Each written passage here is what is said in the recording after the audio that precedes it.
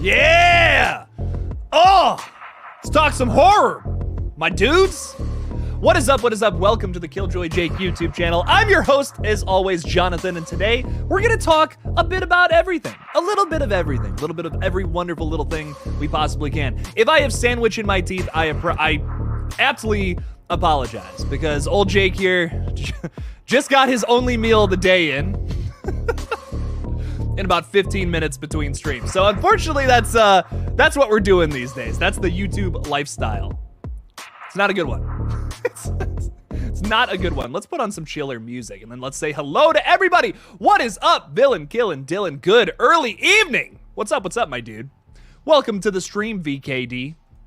What's up? Wrestling God is here. Not one, but two. Two of them are here. Once Scream 7 comes out in theaters, if you want to bring back Sydney, you have to bring back Stu Macher. That's the only way Nev Campbell can come back. It's gotta be Stu.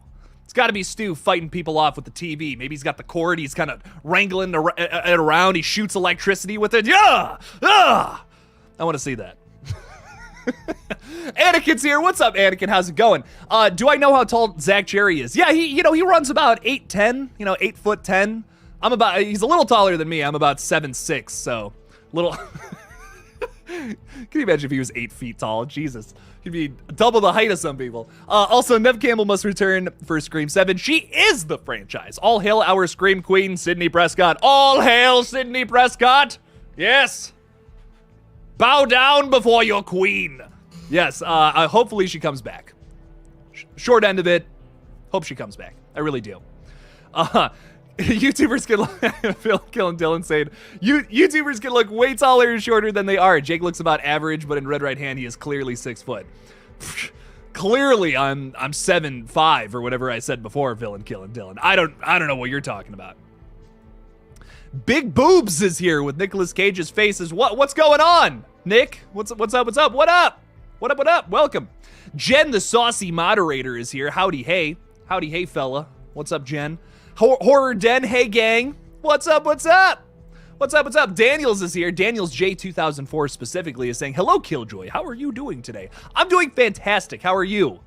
I hope your metal face is okay and still shiny. I like it. I like it a lot. Oh. Ahoy, mateys. What's up, Ty? How's it going? Celestia, Terrifier 3 update. Kinda. We talked a little bit about... Wait. Oh, man. Did I talk about that in today's video? I made 2 videos today, so I'm all fucked up. No, today's video was about Scream. Tomorrow's video, we're talking a little bit about Terrifier 3. Just a little tiny thing I picked up on from David Howard Thornton's Facebook?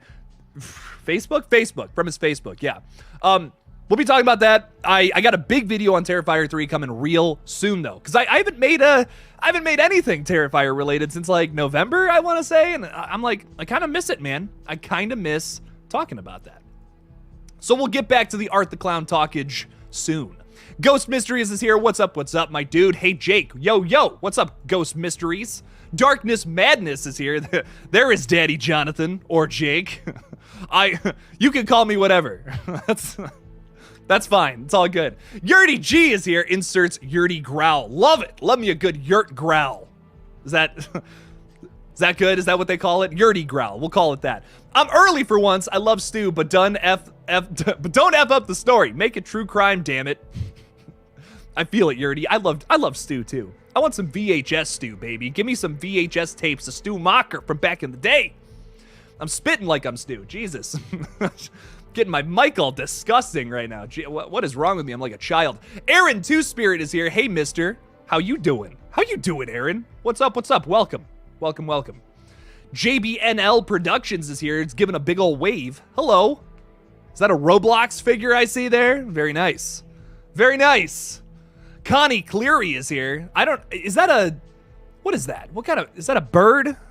I can't tell what that is, but I dig it. I don't know what it is, but I like it, Connie. I like it. I like some birds. Evening. Hello. You're a tall person. Yeah. Try walking into a grocery store being 7'4", man. Let me tell you, it's something else. Rob Fitzgerald is here. What's up? How's it going? Do you think they are waiting for Nev Campbell to sign on before the studio makes the announcement of Scream 7? That's actually not a bad theory you got going on there, because I think about I think about the last script. I heard Guy Busick talk on We Watched the Movies page. Go watch that interview, by the way, if you're interested. It's fantastic, really well done. They talked a little bit about how they had started writing a script with Neve Campbell, and then they like kind of reworked it so she wasn't in the story anymore. And I think like that would be really interesting if they had gotten her to sign on first, and then we're like, okay, we made a deal. This is happening. With the announcement, we can say Neve Campbell's coming back. That makes sense. That makes sense from a fan standpoint, from an announcement standpoint too. They want to keep the hype going. It's usually on this third film where, you know, the peak starts to go down a bit. So I could see that. Maybe they're past their zenith. Maybe that's what they're worried about. So I could see that being the case for sure. Yeah, Rob, I like that theory. I like it. This is some sick music. I'm glad you like the music, Wrestling God. I'm glad you do. Jason Carpenter's here. What's up, Jason? How's it going? Thanks for being a Killjoy cult member. I appreciate that. Yeah. My head's going to explode. I'm so excited. Thank you, Jason. If Radio Silent isn't involved with 7, then I don't want it. I don't want it. Ugh. Would be really cool if Kevin Williamson came back just to write one more, though. That's my one thing I've been thinking about. That would be really cool. I'd be so down for that. Hey, Jake, how you doing? What's up? How you doing? How you doing?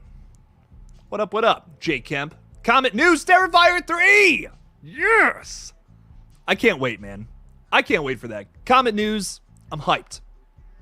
I'm hyped. It is a bird. Thank you, Connie. I appreciate it.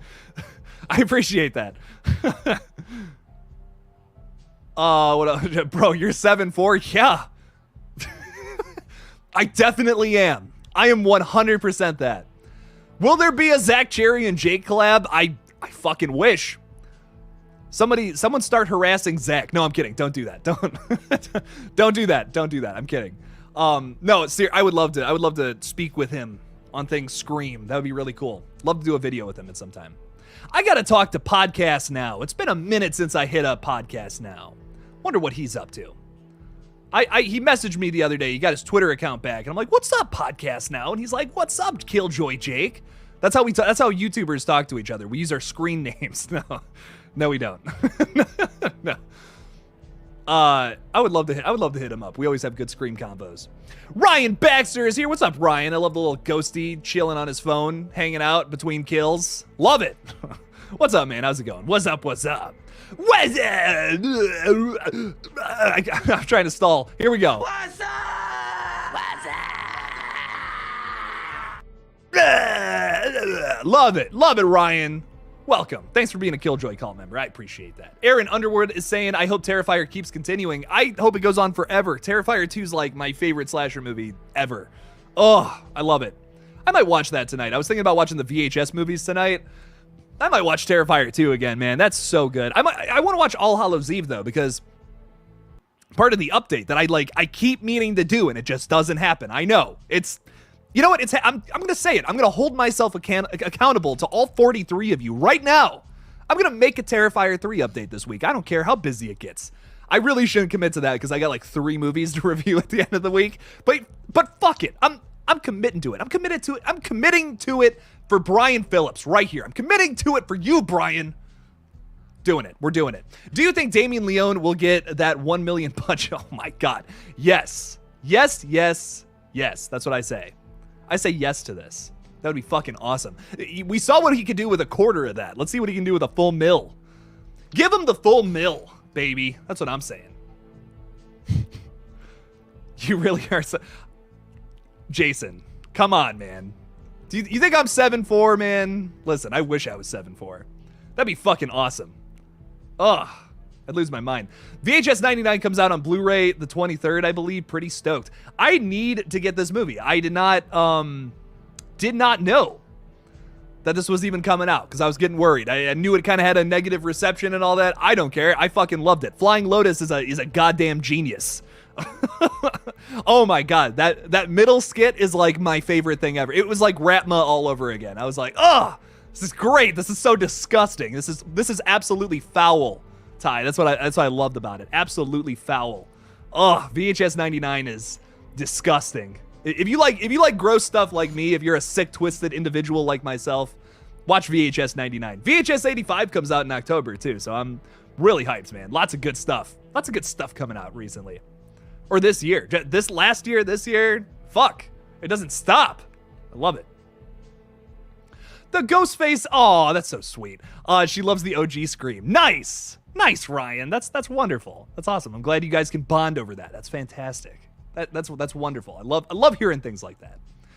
Are you going to watch the Hunger Games prequel coming out at the end of the year? I'm getting back into the Hunger Games. I recently watched Catching Fire again, and I was like, what? Wait, this movie, I did not remember this movie being so good.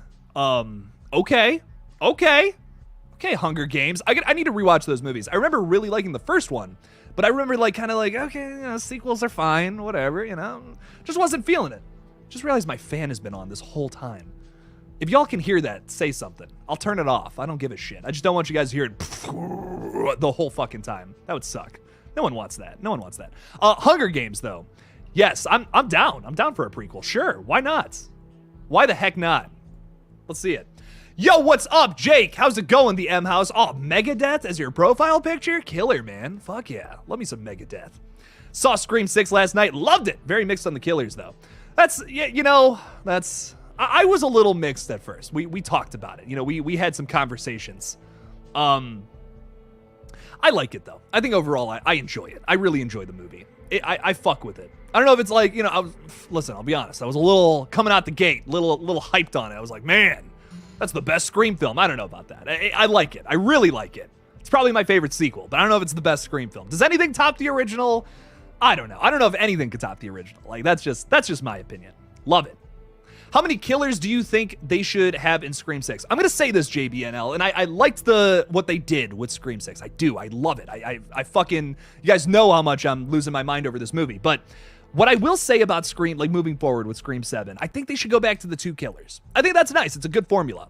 When we do things like, I thought my biggest issue with the killer, going back to the M House's reply, what they were talking about, I think my big issue with them is they just didn't have enough room to be themselves. Like, it just felt like the two sibling characters, 2 kids, they're essentially the same character in my mind. Like, in the third act, getting there was really fun with them. I thought they were very different and interesting characters, but then by the end, I'm like, these are just the same shades of psychotic, in both of these characters. Dermot Mulroney's a little over the top too, so I'm not like losing my mind about him. I like some elements of his character though. So I think moving forward with Scream 7, let's do 2 killers, maybe even 1 killer again. I'm fine with that. At this point, we know there's going to be at least 2. So going down to 1 might actually be really interesting for the next entry. Especially if we do something smaller too. Like, a big thing I've been theorizing is, we got super big with the last 2 movies, and I loved that. That was fun. But once again, with every sequel, you got to approach it a little differently than the last, because you don't want to get into a rhythm of doing the same thing over and over again. That's no fun. We don't want to see the same thing again. We want to see Scream 7 on a fucking cruise ship or some bullshit. Maybe in space. No. Okay, that's a bit far. But I want to see something different is my big thing. I want to see something different. Justin, are you M House? My God. Imposters. Or maybe you both saw Scream 6 last night and loved it. I don't know. Wait, you're saying different things. Hang on. Saw Scream 6 last night, loved it. Very mixed on the killers, though. Oh. So Justin's okay with the killers and the M House. And not so much. I understand. Okay, y'all are like twins. Love Megadeth, love Scream 6, but one of y'all didn't like the killers. That's really funny. Night Owl 30 is saying, Jake, did you see that Freddie Prinze Jr. just said in an interview that he auditioned for the role of Billy Loomis? He also has a horror. I didn't know that. Horror podcast. What? And he watched I Know What You Did Last Summer for the first time. You're telling me Freddie Prinze Jr. has never seen that movie? Like, what? That's like if Nev Campbell was like, I've never seen Scream. What? That's crazy. I gotta listen to this, because if that was his first time watching it, I'm so curious. I have 100 questions based off of that. That's awesome, though. I think that all of that is fantastic. I need to listen to Freddie Prinze Jr.'s podcast. What? Oh my God, get this man in a horror movie again. Come on. What's going on there? Get him in a Scream film. That'd be awesome. Jen is saying Scream is now my second favorite sequel. I like that. Jen. Good stuff. I like it too. I'm a big fan. Pterodactyl. I like that. It's like you're saying pterodactyl, but you're not, and I kind of like that. How did you feel about Jason Carvey as a Scream character as a character in Scream 6? I can't read. I liked him. It was cool seeing the movie from a killer's perspective, just like your amazing fan film. Thank you so much, Pterodactyl. I appreciate that. So hilariously, I ranked him really low on my on my like ranking of killers. I think I did that as like a joke because like I think the point of his character was that he's like not a very good Ghostface, which is why he gets offed immediately. But no, I loved his character. Like I genuinely like he's up there for characters, killers, whatever. He's up there for me because I think I'm so fascinated with him. I got to see a side of this particular killer that I never got to see with any of the other ones. I think that was really fun. I talked about that a little bit in my talked about that a little bit in my video today. Kind of talking about how it's a little more relaxed. You're essentially getting your third act reveal with Tony Revolori, but before he's even been outed. You know what I mean? I think it's really interesting. It's like he's talking to his accomplice. The conversation is way different. And I think that's so fascinating to me. I would love an entire movie of that. You guys already know that though. I would, what I wouldn't do for a whole movie from the killer's perspective. And that's still a possibility. Absolutely a possibility still, without a doubt. We could do that. And we could still have Melissa Barrera, Jenna Ortega. We could still have all these characters in the mix. It just, they wouldn't be the focus of it. It would be this brand, whoever this new killer is. And man, I'm so down for some weird shit like that in Scream 7. I would lose my mind if they did something like that. Oh, that's a pipe dream. You know, I'll be honest. I'll be real. I don't know if that's going to happen or not. But a man can dream. A man can dream. Pterodactyl. What a dream. I love it. I'm glad you like the fan film too. Thank you so much. We appreciate it. We all appreciate it here. So thank you. Thank you. Tony Revolori killed it in the intro to Scream 6. I agree, Infinite Sky. Good stuff. Austin Daniels is saying, hey, Jake, what's up with the new A24 movie? Oh, let's talk about this bullshit, man. I'm super hyped, but I haven't heard of it before the poster dropped today. Okay, so super hyped for this movie. It's called Talk to Me. It's coming from YouTubers Raka Raka, which I know, listen, YouTube movies, they get a bad rap. I get that. I get that. I've seen a lot of bad YouTube movies. I'm right there with you. I paid for Smosh. I paid for the Smosh movie when that came out. I saw it, but listen. I'm hyped for this movie. If you guys have watched anything Raka Raka, their quality for YouTube videos was ridiculous. I mean, like, they were putting a lot of money into these videos, and they looked really good. The special effects were amazing. I'm trying to think, like, what's a really good one to watch for that insight. Because if you watch the Ronald McDonald stuff, that's kind of just them being goofy, doing, like, some Tom Green, Eric Andre shit. But, like, watch the superhero one. I think it's, like, DC, Marvel versus DC or something. Watch that video and tell me this movie is not going to be fucking awesome. Like, you see the clear and present horror elements there, and it's, I don't know, it's wonderful. I like that better than some of the actual Marvel movies I've seen. Let's put it that way. So watch that video. You'll know exactly what I'm talking about. Trailer comes out tomorrow. I don't know too much about it. There's not too many plot details out. I'm sure that'll change tomorrow, obviously, as the trailer comes out. But I highly recommend this one. Raka Raka, I mean, they were one of my favorite YouTubers for a little while. Super high quality stuff, super funny. Like I said, effects were amazing. Could not recommend it more. So I'm excited to learn more about it tomorrow with you, Austin. I'll probably do a little video on it. I was kind of talking about how I made a second video today. It goes up early tomorrow morning because figured the trailer's probably coming out at 12. So 9 a.m. my time tomorrow. Got an update on Scream 6, Evil Dead Rise, talking about Terrifier 3, and also the American Horror Story news we got today, which is crazy. Like, just what? Absolutely what kind of news like that? Just joined, so may have missed this answer, but Jake, thoughts on Sydney's return for 7? The cast grew on. We have a lot of people asking about this. I love it. I mean, I want to, trust me, I got this on the brain too, but it's just, it's interesting that I've gotten this question like 7 times in 20 minutes. That's awesome. I am down. I am so down for Sydney coming back for 7. Someone made a great point earlier. There's so many names. I'm just forgetting shit. I don't know, man. There's so many names. You all are wonderful, though. All of you. Every single one of you. Just a wonderful human being. I love all of you. Sydney coming back. Yes, and I feel like that's maybe part of the reason why we haven't gotten the Scream 7 announcement yet. I mean, I talked about in my update for tomorrow morning, like, Scream 6 is doing really well at the box office. Like, maybe even crazier than I predicted. I was guessing, like, 150 mil, maybe, in that ballpark. We're past that. We're past that at this point. Didn't think that would happen. I was like, okay, Scream 6, let's go. So I imagine that now they're like, okay, you know what? Let's get Sydney back into this. Let's make this exciting. Let's not just say that we're gonna do a Scream 7. Let's make sure that Neve Campbell can be in it. It'd be a even bigger announcement, I imagine. That was a pretty good point earlier. So yeah, dude, I'm down. I'm so down. I'm down for that, and I don't want Sydney to die.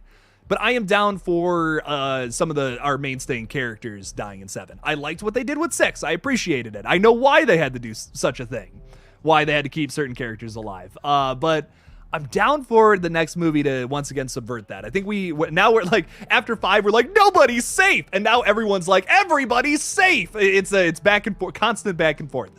So that's the best, I don't know, that's the best way to do movies, surprises, fun shit like that. Keep it coming. Keep it coming. Keep the stakes crazy. So the next one, let's kill some people. Let's do it. Let's see what happens. What's your favorite horror movie right now? I love so many movies, Daniels. Ugh. God, what's my favorite movie right now? I don't even know, man. I just watched The Thing recently. That's fantastic. I mean, just a masterpiece. That was you, Justin. I knew it. I changed the name so it wouldn't get confusing. The M House is an in-joke with my friends. It's stupid. Well, now you gotta tell us, Justin, so we're all in on the joke. You want to leave 58 people out of that? I'm kidding. I'm kidding. You don't have to do that. Unless you do. I don't care. Hey, I'm down for whatever, Justin. We're talking some crazy shit tonight. Scooby-Doo and Scream, what's the connection? Matthew Lillard? Maybe? Murder mystery?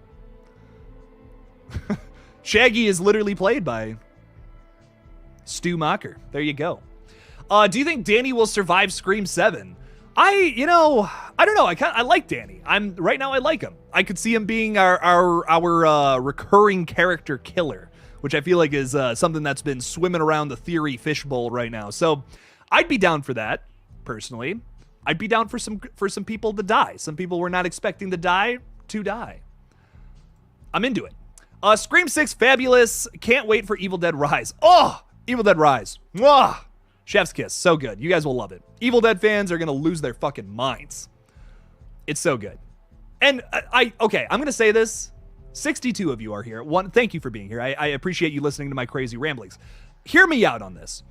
Evil Dead Rise just put out a final trailer. Don't watch it. Just don't watch it. See this movie when it comes out, but don't watch that new trailer. Oh my God. They spoil like 2 of the biggest things about that movie in that trailer. Don't watch it. Just don't watch it. 2 of my favorite elements of that movie are in the trailer. I'm like, what? Why would you put that in there? That's like the biggest surprise of the movie. I was like, actually, I was really frustrated, like seeing it from the other side, being like, dude, oh my God. So don't watch the trailer. You can watch the clip that came out today, though. Watch the clip. It's awesome. It's great. It spoils nothing. Nothing you haven't already seen.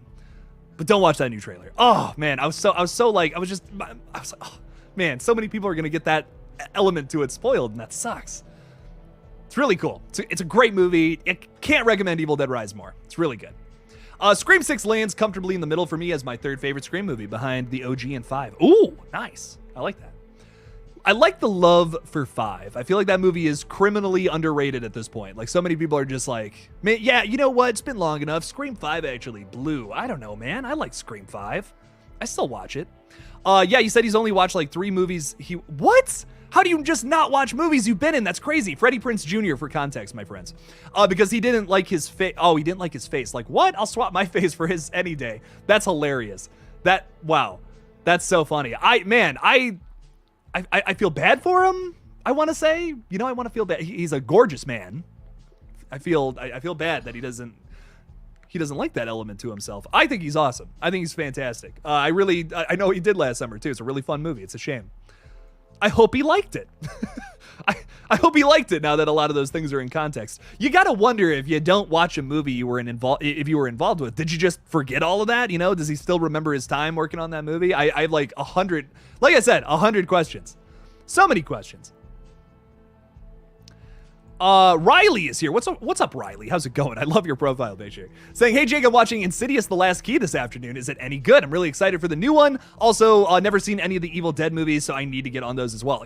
So here's what I'll say. I really like The Last Key as a fan of that franchise. I get why people don't like it. There are some spotty moments here and there that are a little weird. I think the setup for the movie is strange. You'll know what I'm talking about. Like, the first 40 minutes of the movie is like just weird setup. It's weird setup. It's so unexpected for an Insidious film. I appreciate it for being different though. It's not perfect, but I like it. It's fun. They keep it fresh. And I'd also feel like some of the strengths of the movies outweigh some of the weirder stuff about it. The demon is easily the best from any of the sequels. Keyface is awesome. The opening scene is super scary. Love it. And the whole ending kind of expands the lore of what the further is a little bit, which I'm hoping they touch on a little bit here in Insidious 5. So it's a good movie. It's not my favorite from the franchise, but I really enjoy it. I really, honestly, all the Insidious movies I really like. So They're all a lot of fun. I think they stand aside from the like some of the other movies that typically gets like roped in with, like the Conjuring movies. It's typically roped in with. It's typically or like Sinister. But I feel like the Conjuring movies are kind of like their own thing, which definitely has things that have ripped it off for sure. But Insidious and Sinister are almost kind of like monster movies in a way. Like they're definitely, you know, the jump scares are definitely there. That's a big element of the horror in those films. But it's also about like, it's kind of like the monster of the week kind of thing. You know, it's like, what's the new monster going to be in this one? And I think Insidious 5 is breaking that, and I'm okay with that. But I love that element to Insidious. It's got a lot of crazy ghosts and monsters and entities and shit. It's really cool. Love it. Joy kill. Am I killing someone? Am I killing your joy, Blanca? Am I killing your joy? I'm sorry, man. Trying to up the joy right now. Trying to throw the joy up in the air like a fucking beach volleyball. Scream 6 is probably the most quotable for me. All I'm saying is now I see something red or now die a fucking virgin. Love it. I'm gonna taser you in the. That one's really good. That's an underrated one right at the end there. The horror den. Now I'm just gonna tase you in the balls real quick or whatever, and she just does it. That's hilarious. I love it. The my friend Kay on Twitter, go follow her. She's fantastic. Does some really great Scream updates. Her favorite line was the one where Liana Liberado's like, "Shut your whore mouth" or whatever. That's really funny too. Lot of good lines in that one. I love that movie so much. I was talking about my video going up tomorrow. I can't wait to watch that movie again. I might see it in theaters again. I'm just so hyped. I keep thinking about it. It's good stuff. Jacob Browning's here. What's up, Jacob? What's up, man? Glad to catch the stream. Today was a rough day, and this is just what I needed. Well, I'm so sorry about that, Jacob. I hope you're doing good. Hope you're still enjoying your time. I know I met you at Monster Mania, so hope you're doing good. You went to another horror con, I see. Full Moon Horror Con. Nice. This weekend got to meet Mark Burnham, Bill Moseley, and Richard Brake. I am so jealous. I have not met any of those three gentlemen, and I'm very jealous. Got to meet Leatherface, Chop Top, and Richard Brake. He's got some creepy fucking roles though too. Richard Brake is phenomenal. All three of these guys are. Nice, man. I'm super jealous. I hope you had a fun time. Hope they were cool too. Really hope they were cool. Good stuff, man.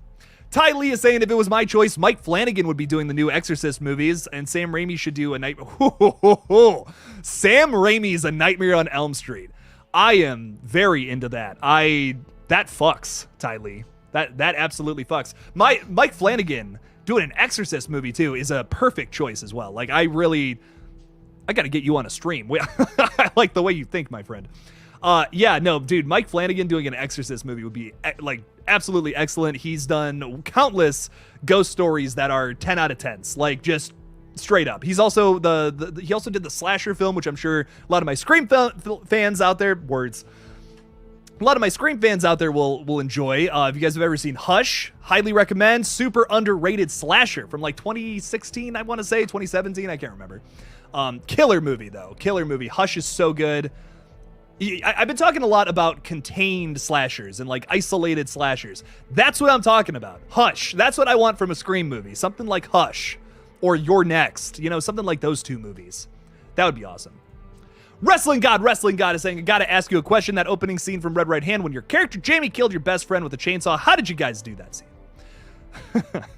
Well, I'm trying to think.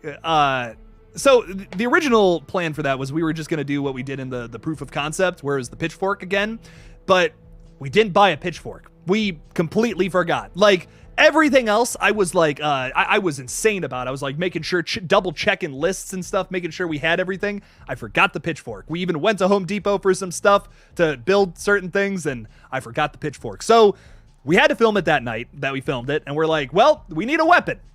I got a chainsaw. So I'm like, fuck it, Ghostface with the chainsaw. Let's do it. And on the spot, we changed it right there. And I think it works. I really like the scene. It's crazy.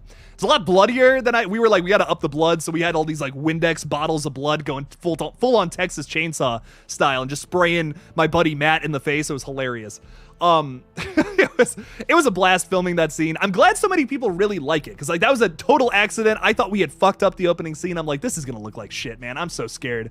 So I'm really glad people liked that opening scene. I've gotten a few comments about the chainsaw being a really nice tone setter, and I think it was a happy accident. as Bob Ross would say, a very happy accident, because I think it does set the tone of the movie for being something really more different, a little more metal, a little more punk rock kind of feeling than your more, you know, like cool vibin' Scream movie. You know, it had a different flavor to it. So, like I said, just a lot of fake blood. I get the store-bought stuff, but I mix it with other shit so it looks darker and doesn't come out pink on camera. I'm trying to think like what other elements to that. We filmed it in 3 different houses too. We made it look like all one house, but it was three different houses, which I think is really funny for the chase scene. So yeah, overall though, just a blast. Just a blast filming that with everybody and crew. I can't wait for you guys to see what we're working on next. Ooh, got something cooking. Maybe the best thing I've ever been a part of. Like, I am so excited for you guys to see it. What else do we got? What else are we talking about? Rob Fitzgerald is saying the Meeks twins and Martha Meeks also can be the opening kill. So then the story focuses on the Carpenter family and Prescott family plus Gail, of course. I don't know if I want the Meeks Martin twins die off in an opening scene though. Like if Martha Meeks dies, okay, you know, that's one thing. Like Martha, I could see going in an opening scene. That'd be cool to bring her back to one last time. I'm down for it.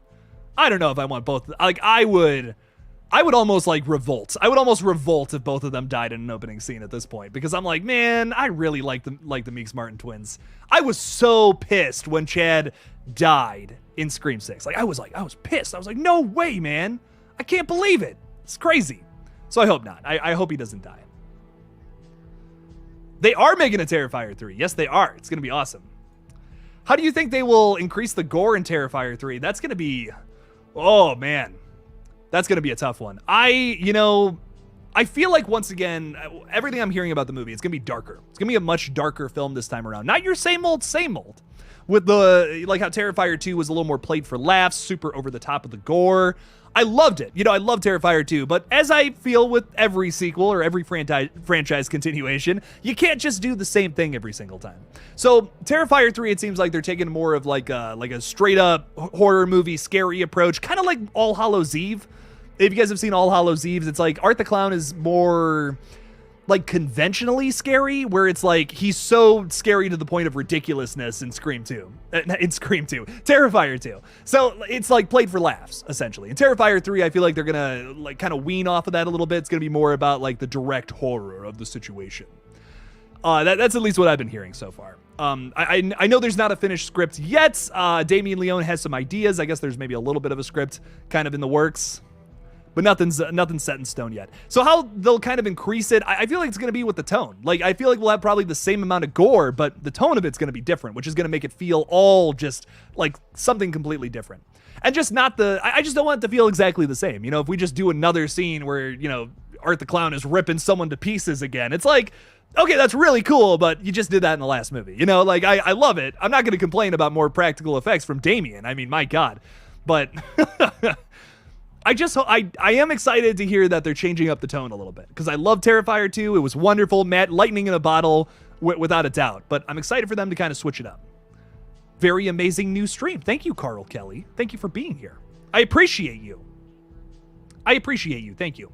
Jason Dyer is here. What's up, Jason Dyer? How's it going, man? Saying Blumhouse should do an Alligator remake. Why are you not running Blumhouse? That's what I have to say. You should be in charge. You should be running the show. Alligator remake. Let's make it happen. Alligator 1980 killer movie. Good stuff. Have you ever watched the Ash vs. Evil Dead show? I think it's pretty good. I love it, Brian Phillips. Killer television, super funny. Man, I really like Ash vs. the Evil Dead. The ending is insane, and I just found out that ending is based off of the original ending for Army of Darkness, which I had never seen until this past weekend. I never knew there was an alternate ending in the director's cut, and I think I like it better. Like, I actually think I like it better than the movie I've known my whole life, where it ends at S-Mart and all that. No, totally different ending, and it's crazy. Like, it's like, oh my, I totally see where they were going with this, and it's kind of a shame they didn't do anything with that. But let's just say they were getting to that point in Ash vs. the Evil Dead before it got canceled. That's all I'm going to say. Gerald, what's up, Gerald? How's it going, man? Welcome to the stream. Got a question for you. Saying, I'm truly excited for the Thanksgiving film. I hope they keep the Grindhouse style to it. Me too. We're getting that puppy in November. For slasher fans out there, Eli Roth is directing a movie called Thanksgiving based off of his Grindhouse faux trailer from all the way back in the day when they did that crazy stuff. If you guys have never seen the Grindhouse movies, I recommend them. Death Proof is a little weird in my opinion, but Terror Planet, I think it's called that. Excellent movie. Zombies, oh my god. I have crazy Mandela effect with Terror Planet. If it's called Terror Planet or Planet Terror, I can never remember that. I remembered it one way, and now it's messed me up for life. It is called Planet Terror. I had to double, I'm like, I can't remember. I genuinely, Mandela effect is crazy, man. Next Gen Studios is saying, do we think Terrifier 3 will be split into 2 parts? It'll definitely be epic. You know, I don't know if it's going to be another one of those movies where it's like 7 hours long, you know, like Terrifier 2, but I'm into it, man. I'm into whatever they do with it. I think they should probably bring it on back, like just do straight up 2 hours, 90 minutes, 2 hours is what I think. Because I think Terrifier 2, that was a statement. It was a statement to make it that long. They did it for a certain reason.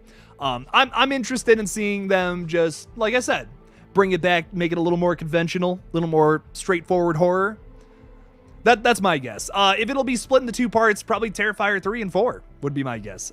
With how hot the franchise is right now. I mean, listen, I was at a horror convention 2 weeks ago, and I mean, everybody, like 50% of the crowd, Terrifier themed. It was awesome. I think we'll have many more of those in the future. Gerardo is asking about the sandwich. I ate it. I ate it before it made it to the stream. I'm so sorry. Welcome from Instagram for those who are in on the sandwich joke. Took a disgusting picture of myself. Denisha is here. What's up, Denisha? Thanks for the $2. I appreciate that. You're the best. Hey, Jake Mott is here. Hope you had a nice Easter. I had a wonderful Easter. I hope you did too. Thank you. Thank you for being here. All the love.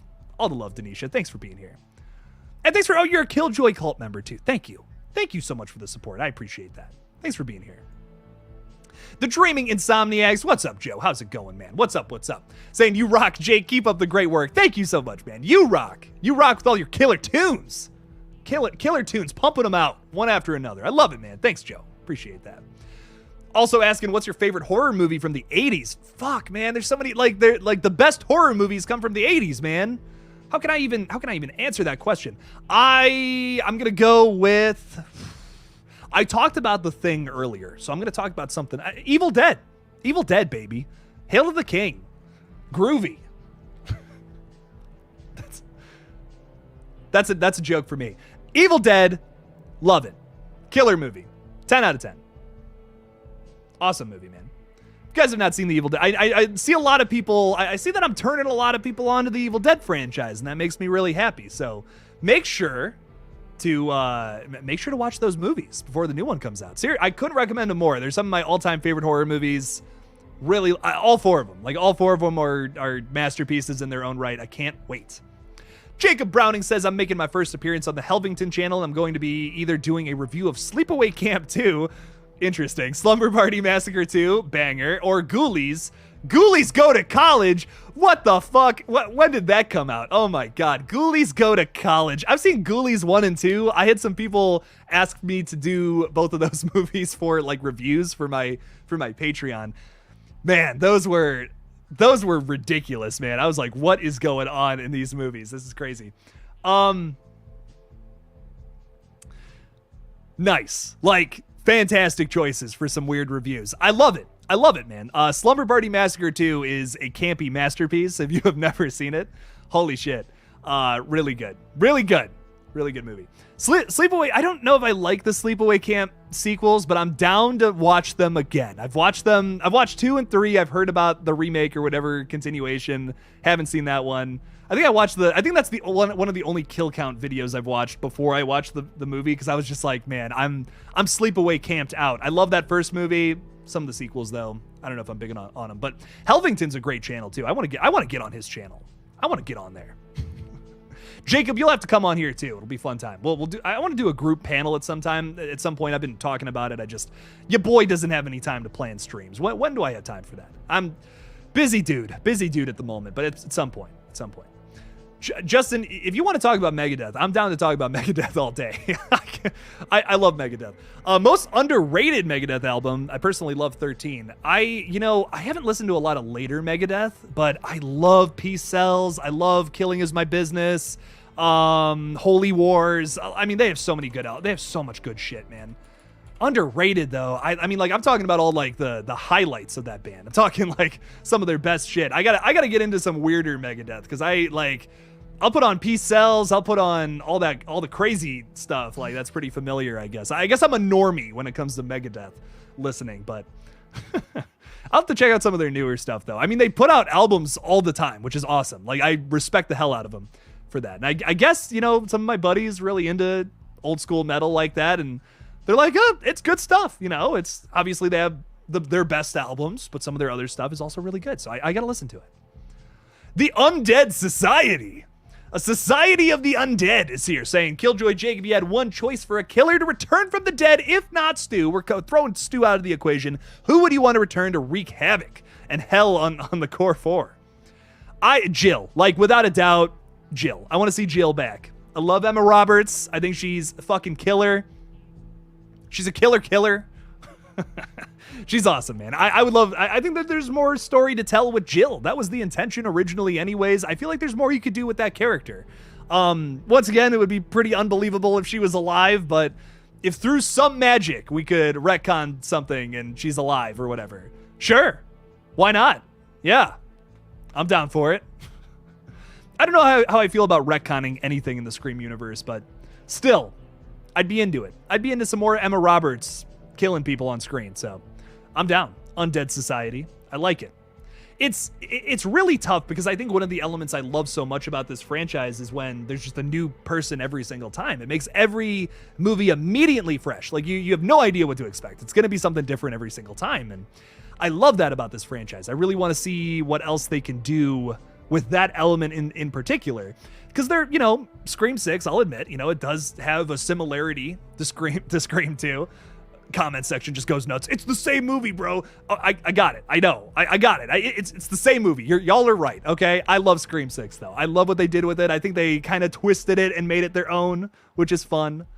But yeah, I'm super down for them to try something really crazy and new instead of resorting to past things, I guess, more or less. So I guess that's why I'm a little more on that. I'm a little more on the new train. Give me someone new. Who else wants to kill people in this universe that isn't from Woodsboro, New York City, or California in general, or Ohio? I mean, I guess they're not from Ohio, really, but whatever. You get my point. You get the point. Villain Killin' Dylan is throwing $5 in there. I appreciate the heck out of you. Thank you so much for the support.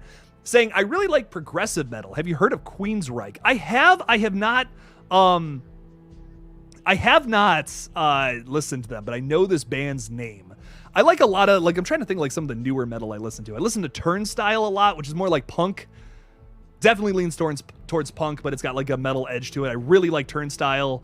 Maybe the most underrated band right now. I don't know why more people are not talking about them. They're in a Taco Bell commercial, so there's that.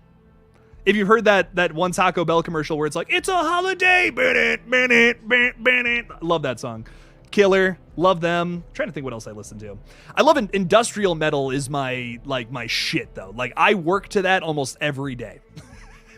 Like some Rob Zombie or Static X's, Ministry I love. Oh man, Ministry is the best. Thrash metal too. I love it all, man. It's all good stuff. But I'll have to listen to Queensryche. This is one I have not listened to yet. But like I said, willing to give it a shot. Totally down. Totally down, Villain Killin' Dylan. Love it. Thanks for the $5. Appreciate that. Justin is saying, I would love if in a Scream movie they would explore how the killers are glorified and can influence many others, like the fangirls for people like Ted Bundy. That's kind of what I thought this movie was going to touch on a little more, Scream 6. And they do a little bit, not the fan aspect of it, but a little more towards the idea of wanting, you look at serial killers like they're rock stars a little bit, and that's kind of fucked up. We explored that a little bit in Scream 6, but Justin, I completely agree. A whole movie on that would be awesome. I'd lose my mind. And it's something that mirrors reality. Something Scream does typically really well. So let's see more of it. Aaron, I'm not letting people convince me. I'm just joking around. I love Scream 6. It's a killer movie. It's killer. Love it. I get the criticism for 6 that 6 gets at times, and it's very similar to Scream 2, but I'm just past the point of caring. Scream 6 was amazing. It's nothing that bugs me. Like, it's like, I can't even imagine watching like a Terminator sequel and being like, God, I can't believe they used a robot in this movie, just like the last one. You know, it's like there's some things we kind of expect from these movies. There's some things we got to expect. We got to do the same. Or it's something else, you know, and I don't want Scream to turn into just your typical slasher franchise. That would almost render it a parody of its own self. I don't want that. I always want Scream to feel like Scream, but there's different knobs all over the place you can twist and turn. I look like I'm pinching nipples when I do this, and I hope I don't look like that, because that's not what I'm going for. I'm looking for knobs. I'm gonna shut the fuck up. Okay, anyways. Jason Carpenter is saying, Jake, check out a band called Dope. I love Dope. Oh, yeah. Oh, fuck. They do the motherfucker song, right? Die Motherfucker, right? That song? I like that song. Yeah. Dope is great, man. Love Dope. I keep missing Static X. Like, they keep coming to my town, and I keep missing them. They always play at the Agora up in Cleveland. I always miss them. Makes me sad. Ever heard of Slayer? Justin, I saw Slayer twice on their last tour there, and it was amazing. Scream needs a movie where Ghostface wins. Yes, I'm all about that. Tori, what's up? What's up, Horror Tori? Welcome to the stream. Welcome. I'd like if some male slashers would have female counterparts relationships like Chucky and Tiffany. Amber and Richie. There you go. Imagine the Creeper, but Creeper S. Oh, man. Oh, you're saying like, oh, okay, I get what you're saying. Creeper S or Art the Clown with a Harley Quinn-like sidekick. He's got the little pale girl now, so we kind of got that with Art the Clown. Creeper and Creeper S, though. I like what you're talking about. Maybe they'll actually throw some... I'm not going to say that. Wow, that was really mean. I can't believe I was about to say that. I'm not going to say that. No comment. I say yes. I say yes to that in the future. What is your favorite industrial metal song? I like anything from... anything from the first 3 Static X albums are 10 out of 10 albums in my opinion. I love Push It. Push It is such a good song. Ministry does this song called Thieves. That is like one of my all-time favorite songs. It's so good. It's so simple, but it's so effective. Gets me hyped, man. Every time I listen to it, I'm just like, yeah, I want to punch somebody in the face and work out. It's awesome. Rob Zombie's Static X is why shit. What? Shit. Also, Zombie's a great musician, not a good movie director. Man, I like some of his movies. The Firefly trilogy's kick-ass. You know, I mean, some of his other stuff is weird, in all fairness. 31... 3 from Hell, you know? But man, the Firefly trilogy. Come on. Or first 2 movies. The first 2 movies are good. I really like the first 2 movies. James Mangold is directing Swamp Thing. I'm hyped for that. I'm hyped for a Swamp Thing reimagining. It's going to be an R-rated horror movie from the DCEU. James Mangold is probably one of the best directors working today, so big W. Yeah, big W, man. He's the Logan director, if I remember correctly. He's fantastic. Yeah, no, I'm into it. Into it. If Sydney was in Scream 6, do you think she would have gotten messed up? I don't know what she would have done in Scream 6. You know, the more I watch that movie and I think about that, I just don't know. I don't know what her part would have been. I feel like it would have been like with Gale, where it's like just a limited role and people wouldn't have been happy with it. It would have been something like that. Like, that's just what I think about. I don't think she would have gotten attacked. She might have been there at the 3rd act. I just don't know how she would have fit in that script. It was already so busy. I feel like it would have gotten just like, it would have been too much if Sydney was there. It was almost to that point. It was a very busy movie, and I don't mind that. But it was almost too busy. It was almost to that point to me. But I liked it. Like I said, I like what they did. Chan the Man. What's up, Chan the Man? How you doing? Do you think Scream 7 will be the last one? I'm seeing a lot of this Scream 7's gonna finish it. What I imagine, Chan the Man, what they're gonna do, Scream 7 will probably be marketed as the final chapter or Halloween ends. But like, let's be real, there's gonna be another Halloween film at some point. Come on, we're gonna want Michael back. We're gonna want Corey Cunningham back. Come on. But seriously, I definitely think they'll market it that way. But will it be the last one? It never is the answer. It never is.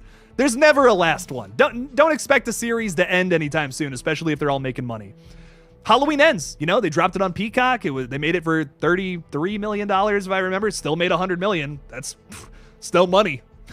Still a lot of money. Turning profits, man. They're going to keep doing it. They're going to keep making them. I don't think it'll be the last one. Like I said, they'll market it that way, but it won't be the last one.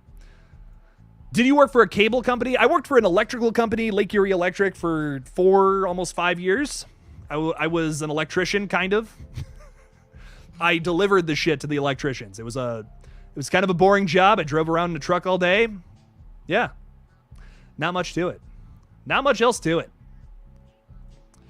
Yeah, I'd love for Ghostface to win in one of the films, and we don't find out who the killer was until the following film. You know, implying that Ghostface wins, I don't think that also implies that all the characters die. You know, there's a way you can get Ghostfaces.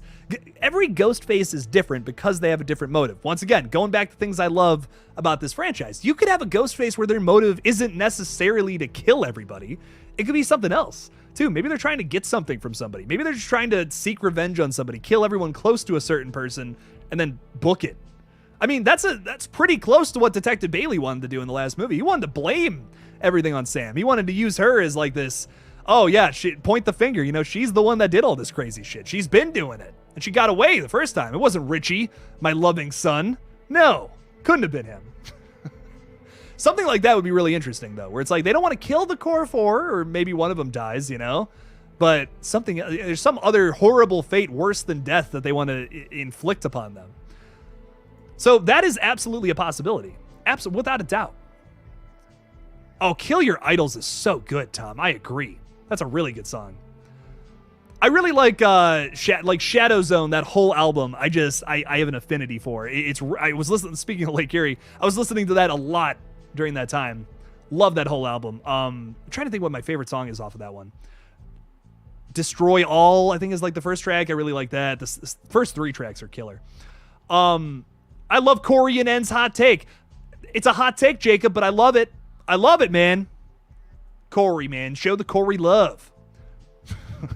Show the Corey the love. It's like, I'm talking about him like he's an animal. Jeez. Living dead girl. Burn it. Burn. Guess here is like, you guys hear Rob Zombie's, what's that song where it's like everybody's fucking in a UFO? That's a pretty good song. I really like that. Dope does a cover of Thieves. Nice. We'll have to listen to that. Gunner is saying, how do you think the conversation between Jill and Charlie went when they were planning killings of all their friends? I'm glad I'm not the only one who's thinking about that, because these are questions I want answered. I would love to know. I imagine Jill was like, it's gonna sound sexual when I say this, but I'm just being straight up. I think Jill was the top in that situation big time. She was running the show, kind of bossing Charlie around a little bit. I remember when we were writing like stuff for Red Right Hand, I was like, I think there's always one Ghostface that's kind of in charge, and there's always one Ghostface that kind of ends up being like the bitch that kind of ends up doing all the dirty work. Stu, that was your Stu, that was your Mickey, that was your Roman didn't have an accomplice. That was your Charlie, that was your Amber, that was the kids, I guess, in the last movie. I feel like that's the typical Ghostface relationship when you have 2 or more characters. There's one person who's in charge, super full of himself, super full, like just has an idea of what has to happen, and this is how we're gonna do it. And they're gonna get pissy about it. It's all crazy. It's crazy. It's hard. It would be hard to watch, and that's what I love about it. It would be a bunch of greasy losers trying to do some greasy, dumb things. That's what I love about the Ghostfaces, man. What can I say? Lewis, what's up, Lewis? How you doing, man? What's up? Welcome to the stream. Come on in, sit on down, eat some popcorn, throw it on back. Have a fun time. Do you think a reboot / prequel series of Halloween Season of the Witch movie is a possibility? I absolutely think that we could see a resurgence of this, like in some kind of remake or whatever. I mean, listen, horror is booming right now. It's booming on all fronts. Like if it's franchise continuations, if it's indie movies, if it's original movies, in general, every single side of horror is alive and well right now. So I would not be surprised if they brought this back, did a Halloween Season of the Witch new movie, kind of like a new take on it maybe. And I'd be down for that. I love that original movie. Halloween 3 is kick-ass, man. So much fun. Such a crazy idea, too, that oddly works. And I'd be down for a reimagining of it. I think there's more characters you could throw into that specific universe and tell more stories with it. Or maybe, you know, once again, a remake, kind of do it a little differently with different types of characters and all that, dealing with essentially the same situation. Company that makes masks that they want to kill a bunch of people and kids for some reason. I'm into it. I'm down. Austin Daniels is talking about NF. I really like NF. I've heard a few of his songs. I dig him. He's a rapper singing about his past experiences. His new album is really good and gets you in your feels. Highly recommend. Nice. I'll check it out. Good stuff. I haven't seen any rat horrors, so that is a lie. We need more rat horrors, man. Blucka, I feel you, man. Orphan for first kill. Orphan, I can't say orphan and then something else with a in there, or it messes up my speech. I do it all the time and I hate it. Orphan first kill, though, had a rat milkshake in it. Something. We had Ratma 2 years ago. We had Babylon, which turned into a horror movie at the 2.5 hour mark, and someone ate a rat, which was like my favorite thing ever. I was blissfully smiling from ear to ear when I saw that. It was wonderful. But I agree. You know what we need, Blucka? I know what we need. I know exactly what we need. Stephen King's The Graveyard. Is it The Graveyard Shift? I can't remember. Is it The Graveyard Shift? Yeah. The one with the big fucking rat, right? Yeah, that's it. Yeah, man. Graveyard Shift. We need a remake of that. And Willard.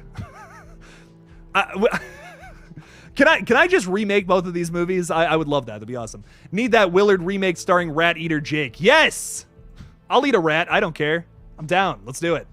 Planning doing a Scream fan film, but don't know how to do the gore. Any advice? Yeah. I'm trying to think what, like, gore is tough because it's always different in every situation. Like, are we talking intestines? Are we talking just someone getting sliced in the arm, blood coming out? You see a little bit of the inside.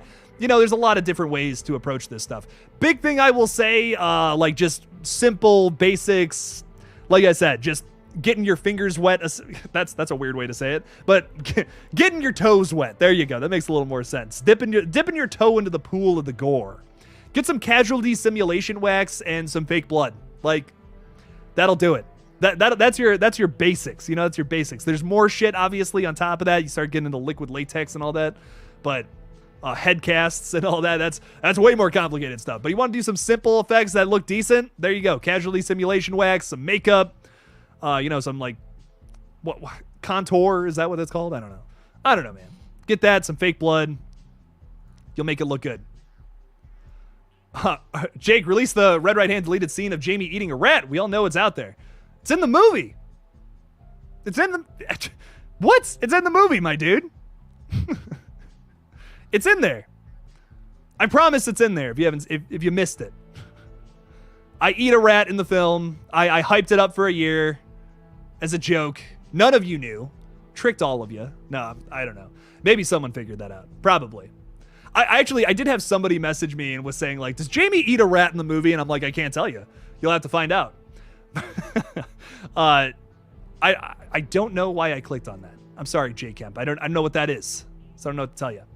The Horror Den is saying, new horrors I'm beyond excited for. Our Final Destination 6, 28 months later. I hope that one happens. On the new Strangers trilogy. Yeah, I'm very excited for all of these. Guy Busick has a writing credit on Final Destination 6. Super happy for him. Scream alum coming over into other franchises. Love to see it. 28 months later, I am so in for, man. I love it. I really love those first two movies. I would love to see another one. Finish the trilogy, at least. You know, I feel like we got a perfect trilogy going on here. And there's a clear end goal in sight for what that third movie needs to be, at least if you've seen the ending of 28 Weeks Later. You know what I'm talking about. I'd be into it, man. I'd be into it. And The Strangers, I'm always down for more of that. Little simple, self-contained slasher flicks like that. Love them. Always love those. What's up, Timmy? How's it hanging, Timmy? How you doing? You want rats? Netflix's Cabinet of Curiosity, Graveyard Rats. Ooh, I watched that one. I really like it. Lots of rats. Like a fuck ton of rats in that one, man. Love it. Love me some rats. Mesbro Studios, I know, man. Still waiting for more news on the True Cloverfield sequel. What's going on with that? Haven't heard anything about that in recent news. Nothing. I don't know. Couldn't tell you. Supposedly we're getting another one. I don't know, man. I don't know what's going on with the Cloverfield movies moving forward. I'd love another one of those. That'd be fun. Especially with what they announced, they were going to do a sequel to the first one, where all the other movies are kind of like their own thing that loosely connect everything together. This was going to be a true sequel to that original found footage film. So I am so into that. Love that original movie. Such a great idea. Doing giant kaiju monsters, but found footage. Such an interesting idea for a movie. I love it. Cloverfield kicks ass, man. Justin is saying, what's a slasher movie that's genuinely scared you? Mine was TCM. The beginning. Oh, good choice. Mostly because of the ending. Just something about it gives me chills. The ending of that movie, which I won't spoil, answers a question I have always had about the franchise. And it's so good. Like, I almost like the beginning more than the first remake. I don't know. There's something really dark and something really special about that movie. I love it. Ugh. Good movie. Go watch TCM The Beginning. There's not too many Texas Chainsaw Massacre sequels I highly recommend, but that is one of them. That is absolutely one of them. You know, that's actually not true. I feel like some of the later ones are, iffy, but like 2 is phenomenal. The remake's phenomenal. The sequel to the remake's phenomenal. I think the newest one is a lot of fun. I don't know, man. They're not all bad. Do your thing, cuz that's all I can think about with the one, but that's enough of that. Austin Daniels is saying, I hope The Strangers doesn't try and do anything crazy and add a bunch of layers to it. I agree. Those movies work better as simple, straightforward story. Just give me simple, straightforward slasher movies. That's all I want. And do not, absolutely none of the backstory for The Strangers. Every other franchise, I'm down for going into backstory of a killer and all that. But I think that one of the strongest elements of The Strangers is they're just doing it to do it, you know? I don't need some crazy backstory about why they're targeting random people. I just like that they're these mysterious killers that keep coming back and keep killing people for some reason. Because you were home, you know? Ugh! That's disgusting. I love it. I love me some gross things in horror movies, man. So I agree. Don't need a bunch of layers. I don't need a backstory. Give me a story about someone surviving a bunch of BS from these strangers. That's all I need. That's all I need. Austin Daniels is also speaking some truth here. Get Ty West on a TCM movie already. I feel it. Gunner is saying, Scream 4 question, do you think Jill and Charlie had oh man, Jill and Charlie were boning because both of the actors were a couple in a movie called Lime Life. Okay, so here's my question. Do you think, are you asking me this as, were they boning in real life or were they boning, fictionally in the movie? Because, good question. I don't know, man. I mean, I will say Charlie was definitely simping for Jill big time, but I think, at one point, Kirby starts hitting on him and he's like, hang on a minute. Hang on. I've been crushing on Kirby for a long time. His little incel idiot vibe. He was like, yeah. I'm still on the fence about how I feel about Charlie. I still think it would have been really funny if he kind of backed out of it at the last minute and was like, well, I got this thing going on with Kirby now. I don't know, man. I think that would have been kind of interesting. Once again, Ghostface relationships it's the thing that's why I keep coming back, because that is so interesting. Love that about those movies. Daniel, an icon. Daniel Brown, the icon, is here saying top 3 horror franchises in order, specifically.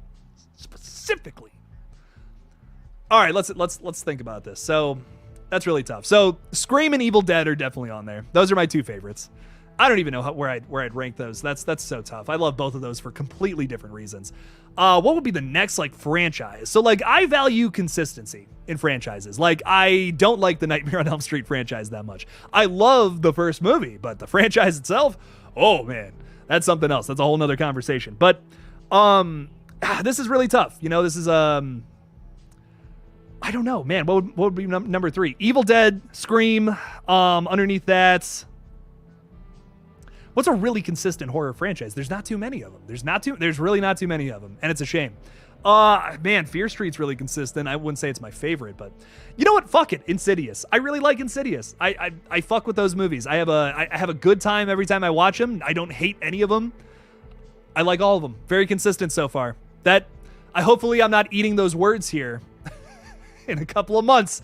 Please, Insidious 5, be good. Come on, we've had a good string of movies that have been fantastic. Let's keep this going. Let's keep this going, man. I love it. Good question, Daniel Brown. I love it. Love it, love it, love it. Gerardo is saying the new Boogeyman is completely unrelated to Boogeyman 2005. Yes, it is. It comes from Stephen King. I believe it was I don't know. Maybe it was a short story from Stephen King. I know he had some kind of involvement in the writing process or whatever. But I believe it's from the writers of The Quiet Place, and it was directed by the guy from Stranger Things, too. All these names are slipping my mind at the moment, but I'm hyped for this. The trailer looks good, looks scary. I'm excited for it. I wasn't big on 65. It had its moments. That was the last movie those guys wrote. But I love the first The Quiet Place. Really like that one. Maxwell is here, everybody. What's up, Maxwell? Welcome to the stream. Thanks for being a Killjoy cult member. Appreciate you. Appreciate you a whole lot. Daniels is saying, Killjoy, have you heard of All American Massacre? Yes, I have. I wish this would have gotten made, man. I love Chop Top. TCM2 is so good. I recently got that, the Vinegar Syndrome release of that. Love that movie, man. I would love this. I would love for a full-on Chop Top movie to happen at some point. That'd be a lot of fun. If you guys have never seen TCM2, very underrated sequel. It doesn't get talked about enough, I don't think. So I'm all about that. I'm all about some more TCM in the future, some more Chop Top action. I love when he's scratching his head with a fucking clothes hanger. It's like, what are you doing, man? What are you doing? I don't know if you guys, Daniels here, I'll throw something at you, man. Have you ever heard the Chop Top music? Oh, yeah. TCM2 fans, you might want to perk your ears up a little bit. Chop Top has a whole fucking album. Bill Moseley recorded a whole album as Chop Top. I think he actually has multiple albums, if I remember. But it's ridiculous. It's absolutely ridiculous. I recommend it. If you love that movie, if you love the humor of that movie, you will dig this for sure. Philin, Killin, Dylan, thank you so much for the $20. I really appreciate that. Thank you for the support, man. Thank you, thank you, thank you. Saying Scream 7, Guy helps Sam escape. Ghostface pops up and kills Guy. Ghostface 2 appears and reveals themselves as a mastermind, hands Ghostface a gun. Ghostface 1 removes mask to be Kincaid. Surprise, Sydney. I'm the mastermind, your husband, the father of your 2 children. It turns out the guy was the other killer. Man. That's something else, man. Kincaid being a mastermind. Holy shit. That would be nuts. I'm into it though. Villain killing Dylan. I'm into it. I'm into tying the Sydney storyline back into Sam and Tara. Back into the core 4 somehow. I'm into it. I'm open to the idea. I once again, it's one of those things where maybe it's not the best thing for the story, but I would love to see Sydney back. I felt her absence in the last movie. I did. Oh, no, Kincaid surprises the mastermind, but he's wearing the mask. Why is he wearing the mask? Guy, I'm going to read that again. Guy helps Sam escape. Ghostface pops up and kills Guy. Ghostface 2 appears and reveals as the mastermind, hands Ghostface a gun. Oh, so it's just Kincaid wearing a Ghostface mask is what you're saying. That's how they're going to pull the pull the wool over their eyes. Ah! You didn't see it was me. Then I guess the question is who is the other Ghostface that maybe Kincaid killed? That would be my question, but I like it. I'm down for that. I'm down for that subversion. I wonder if they'll actually get Patrick Dempsey back. You know, we got Patrick Dempsey in Thanksgiving that's coming out in November. I wonder if he would come back for a new Scream movie. That would be fun. I'd be into it. That would be really exciting. To have Neve Campbell and him back, that'd be really cool. And to see how their relationship has developed past Scream 3 now.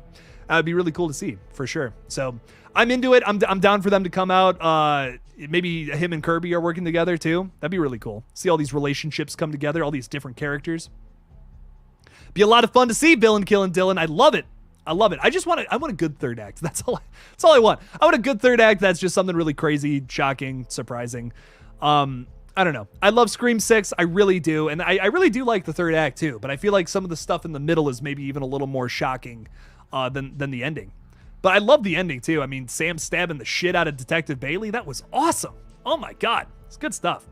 Villain Killing Dylan, thank you for the $20. I do really appreciate it. I really appreciate the support.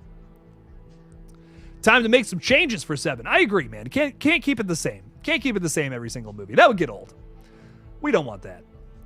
Ryan Baxter saying Kincaid was super sus in Scream 3.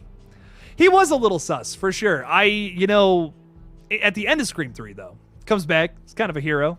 I like it. I like what they did with Kincaid. I think he was a pretty good misdirect, a pretty good red herring. So I don't know. It's kind of the same thing with like Judy Hicks. I really wanted her to be the Ghostface killer in Scream 5. I thought that would have been really cool. But then you look back at Scream 4 and you're like, well, why wasn't she getting in on that? Why wasn't she involved? Why was she not a killer? Would that retroactively make Scream 4 look a little more ridiculous if she became our killer? It raises so many questions. If that would have happened. So I think I'd like Kincaid as a hero, even though you're right. Totally was a little suspicious in Scream 3. A little bit of a red herring, as they say. What else do we got here, though? Maxwell is saying, what? The giant flower, my God. What giant flower? Are there any non-horror films and scenes that petrified you as a kid? For me, it was the original Chocolate Factory tunnel scene. Pretty solid choice. The Brothers Grimm, I remember that. Oh, fuck, where the horse eats it eats like a kid, right? Oh my God, that's so messed up, dude. I hated that. I saw that as a kid too. We have a shared trauma with that one. Oh, you just brought back some awful memories. My God. Okay, non-horror things that scared the heck out of me. I mean, like, Eight-Legged Freaks is horror adjacent, I will say, and I saw that movie way too young. I was terrified of spiders for like the longest time. I was like going like this all over myself. And like I would be in the middle of class at school, in like elementary school. I'd be like rubbing fake spiders off myself. The teacher thought something was wrong with me. And I'm like, there's spiders all over me. And then she's like, you're fine. There's no spiders. That movie messed me up for a little while. That was my first horror movie and it scared the heck out of me. I didn't know movies could be scary. I was used to Shrek. I was used to Shrek and Donkey making waffles in the morning. I didn't know giant spiders were something that was going to come into play. Poor Dewey. Getting chased after by spiders, man. Noah Atkinson is saying, please hear me out. For Scream 7, they should cast Tom Holland, Zendaya, Timothy Chalamet, Florence Pugh, Alex Wolff, Sydney Sweeney, and Aidan Gillen. My God, that movie would be a $200 million budget, but I'd be into it. If they could get that kind of crazy budget, I'm into it, dude. I'm into it, Noah. I'm hearing you out. I love all these people, but once again, very expensive. Some big names here. Florence Pugh, killer. I mean, Zendaya and Tom Holland, and Timothy Chalamet, actually, I think for sure would be great. And Alex Wolff, Sydney Sweeney. I don't know Aidan Gillen, honestly. I don't know that. That's the only name I don't know, but all of them, yeah. I feel like all the ones that I know that I can speak on, yes, put them in the next Scream film. That would be cool. I wish we could get like a $200 million Scream movie. That would be insane, but anything's possible. As they say, anything is possible. Gunner is saying, what character from the core four would you want to be killed off Dewey style? Dewey style, so like mid-movie, really upsetting emotional death. I would say like, here's my thing. So like the focus, right? The focus of this story right now is the Carpenter sisters. So if you're going to kill one of them off, I feel like that's got to be like a third act kind of ordeal. That's going to change the landscape of this movie forever. If you kill one of the Carpenter sisters. No matter which way you go, it's going to be something crazy for the ending. I could almost see, like, if they're going to make this a trilogy, like, that's the extent of the story for at least these characters. I could see Sam being, like, the one that dies at the end, saving Tara. I could see that being the case right now. They're doing something with her character. They're setting up something with her. But I would have to say one of the Meeks Martin twins, I would have to say. I was really upset when Chad died. And I feel like that would work again. That would work again on me. I would be a mess, just like how I was with Dewey. It would be the same thing all over again. Gunner and I'd be fucking upset. I'd be really upset. It would suck, but I think we need that emotional death moving into the next movie. I was listening to Guy Busick talk about how charming Mason Gooding is and how they just can't kill him, and I can't blame them. He is super charming. He's super wonderful. I don't want him to die. It's not like I have a vendetta against the Meeks Martin twins. I think they're both awesome, but I feel like, at some point we're going to have to kill one of them. It's got to happen. I love that. They made it through 2 movies. That's great, but it's a horror movie after all. We got to kill some people. It's got to happen. So I like that we built that emotional bridge, though. We built that. We did that in the last movie. We just did that in Scream 6. It was awesome. And now I feel that with Chad and Mindy. If one of them goes, I'm going to be fucking upset. Like, Annika, for instance, when she dies on the ladder, I felt so bad for Mindy. Like, that death hits so much more harder because of the way they set it up. Those character relationships are so important, man. So important.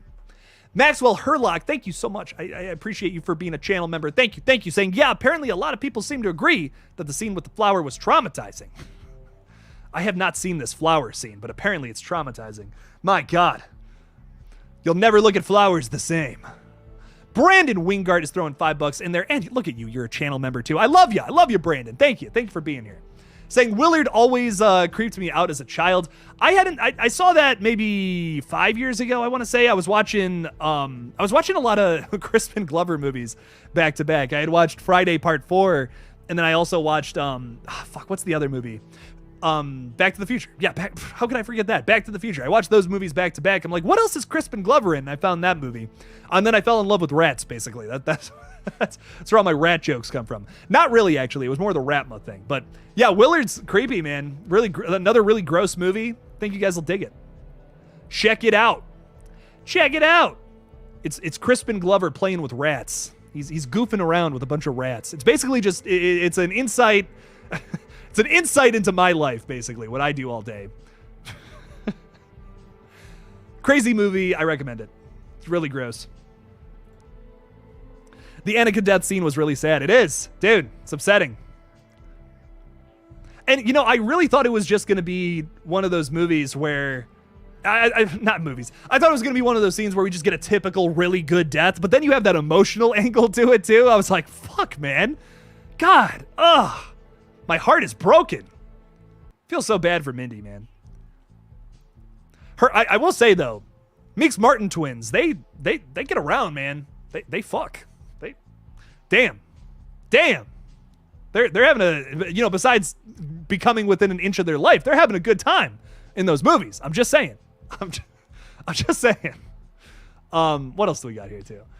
Leighton Gamer is saying a horror movie about a family going to a cabin, but it turns into a horror. The family needs to fight for survival. The characters, Nana, mom, son, daughter, the daughter's best friend, and the best friend's boyfriend.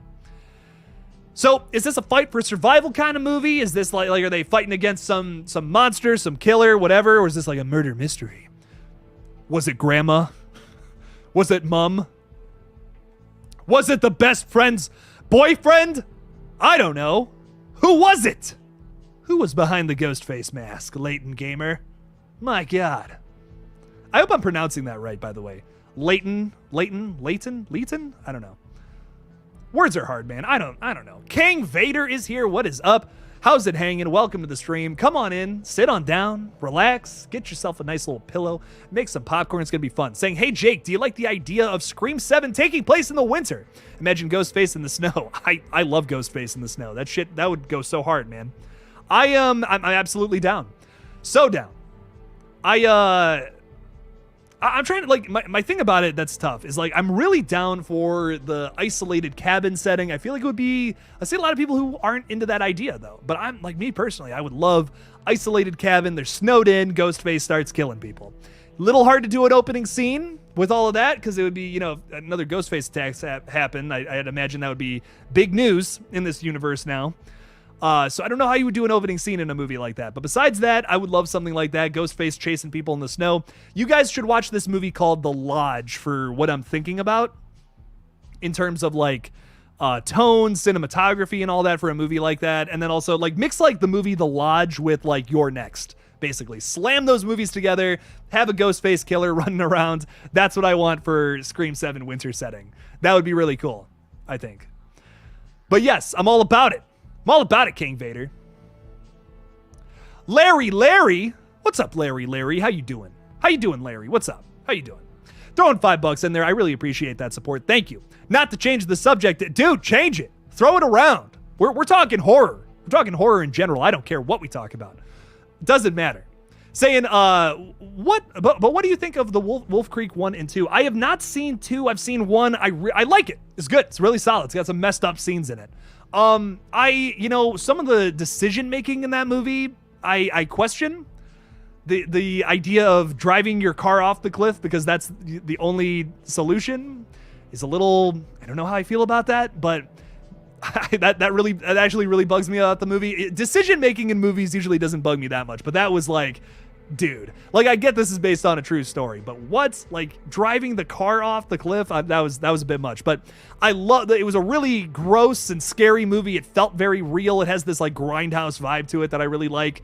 Yeah, Wolf Creek 1's really good. I have not seen 2. I hear there's a 3 as well, but I will watch them at some point. But the first one I dig. Like I said, decision making by our characters is a little crazy, but I dig it, man. Wolf Creek is scary, man. The killer in that is something else. That's not a knife. This is a knife. Love it. I am quoting that movie, by the way, I promise. Y'all don't realize it, but I am. Larry, thank you for the $5. I appreciate it. Thank you so much. Good movies. Good movie, possible good movies. Sarah Campbell throwing 5.5 Canadian dollars in there. Wow, oh my God. I appreciate that. Day 1732 of telling you to watch Frailty. You know what, Sarah? I see how it is. I'm going to write it. You know what I'm going to do, Sarah? I'm going to write it down and I'm going to watch it tonight. Yeah. What do you think about them apples? Frailty. Is this on anything? For real, though. I feel like we've had this conversation before and I didn't watch the movie because I am terrible at remembering things. Frailty. Bill Paxton's in it. Matthew McConaughey's in it. Killer cast. Matt O'Leary's in it. 75% on Rotten Tomatoes. Bill Paxton directed it too. Holy shit. One day, a widowed blue-collar worker has a revelation. He must destroy those revealed to him as demons. He then begins the serial killings of God's Hand Killer across Texas. I really like where this is going. I'm not going to read the rest of that because I feel like I'm getting annoying. But I'm going to watch this at some point tonight. It's on HBO Max. It's on Hulu. It's on Amazon. I can find it, Sarah. Sarah, so help me God, I'm going to watch it. So help me God. I got this for you too, Sarah, by the way. I got a little red right hand pin for you. A little ghosty. Sarah, a little context there. Sarah ordered a sticker from my little Teespring website, and it didn't come for like 2 fucking months. I don't know what's up with that. I don't handle any of that shit, unfortunately. It's all Teespring, secondary company here. But I'm going to send you this because I feel bad, and I'm so sorry about all that. I don't know what's up with that. Teespring does some weird shit sometimes. So I'm sending you a little pin, little fella. We sent out all the other Red Right Hand awards, by the way, so y'all should be getting those soon. Been seeing pictures, seeing people post pictures online and stuff of their VHS tapes and shit, so I'll send that out to you, Sarah. It's coming. Appreciate the support, though. Thank you. I'm watching it. No more days of telling me to watch the movie, I promise. Brandon Wingart's throwing $5 in there. I really appreciate that. Thank you so much. Saying I made my girlfriend watch The Visit while staying at my grandparents' house. Nice. Then slept in a separate bedroom. Oh my God, that's hilarious. Oh my God, that's great. Well, listen, that's like one of the funniest stories I've ever heard. That's hilarious, man. The Visit is so underrated. Such a gross movie. Holy shit.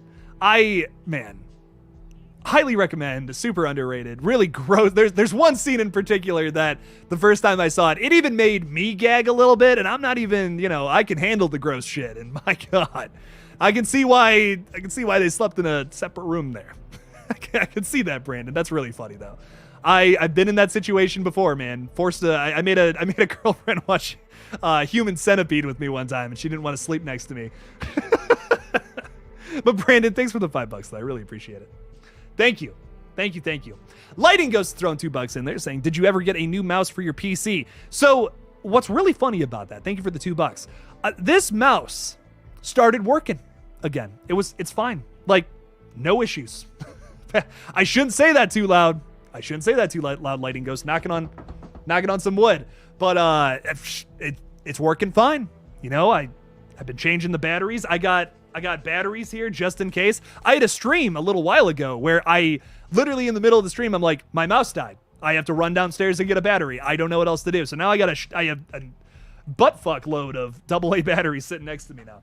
So it's working for now, but here's my rule of thumb. If you're a PC person, if you don't have to upgrade it, wait it out. That's some really bad advice. Really bad advice. But unfortunately, that's my motto.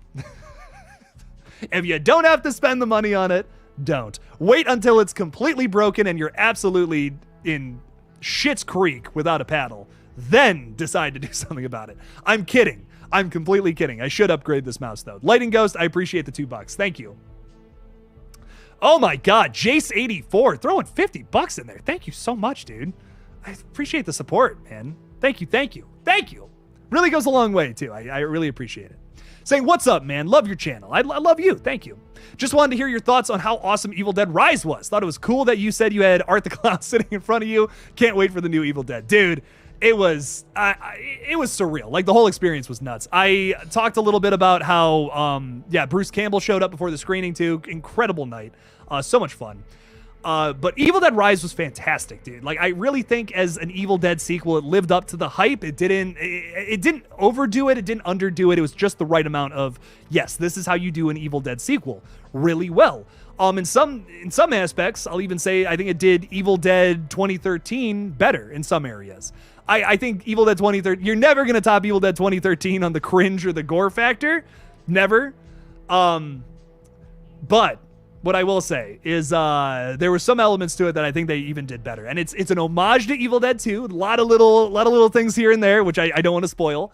A lot of lovely things they have that are kind of like a clear love letter to Evil Dead 2. I won't say I'll say one thing. There's a little Easter egg in the movie. If you look at the pizza box, it says Henrietta's on it, which is like, okay, that's nice. Little attention to detail. But there's something even crazier than a pizza box that happens a little later on that I think you're going to like. Evil Dead 2 fans, like I said, are going to lose their minds over a certain kill. But Evil Dead Rise is great, dude. I mean, like, it's one of those movies where it gets going right away. You get a little bit of exposition, just the right amount, and then bam, it's a roller coaster ride until the finish. Like, it just does not stop. Super lightning fast pace in the movie, too, which honestly has me super hyped for The Hole in the Ground, which I've never seen from the same director. So I don't know, man. I really liked it. I had a blast with it. I wouldn't go so far as to say it's my favorite Evil Dead film, but it's a banger. It's an absolute banger. It's up there. I really like it. The Evil Dead franchise is still the hardest franchise to rank, in my opinion. I still don't know how I'd rank it because I love every single one of those movies. And Army of Darkness is moving up on my list too, man. I just found out that I just watched the director's cut recently for the first time. The ending is completely different. It's not even remotely the same. Didn't know about that, which is awesome.